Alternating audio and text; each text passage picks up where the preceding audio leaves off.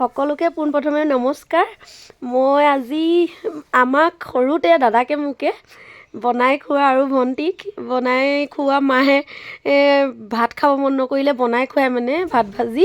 মই ভাবিলোঁ আজি ল'ৰাই খুব আমনি কৰি আছিলে কিবা এটা খাওঁ। মই ভাবিলোঁ ভাতটো নাখাব, মই এনেকৈ নৰসিংহ পিঁয়াজ জলকীয়া কাটি বেলেগ বস্তু একো নাই দিয়া, এইখিনি ভাজি ডিম দুটামান বইল কৰি দি দিছোঁ। সহজ পদ্ধতিও হয় বনাবলৈ। ৰাতিপুৱা ভাত আছিলে, তাৰপৰা আৰু ফ্ৰেঞ্চবিনে মটৰে ভাজিছিলোঁ, এইখিনি মই দি দিছোঁ অকণমান। এনেকৈও কেতিয়াবা খাবলৈ মন যায়। ল'ৰায়ো আমনি কৰি থকা দেখি মোৰ আগৰ কথা মনত পৰি গ'ল। দাদাই মই খুব আমনি কৰোঁ আগতে, কিবা এটা বেলেগ বনাই দিয়া মায়ে এনেকৈ বনাই দিয়ে তেতিয়া। এতিয়া মোৰ হৈ গ'ল, মই ল'ৰাক মাতি দিওঁ খাবলৈ।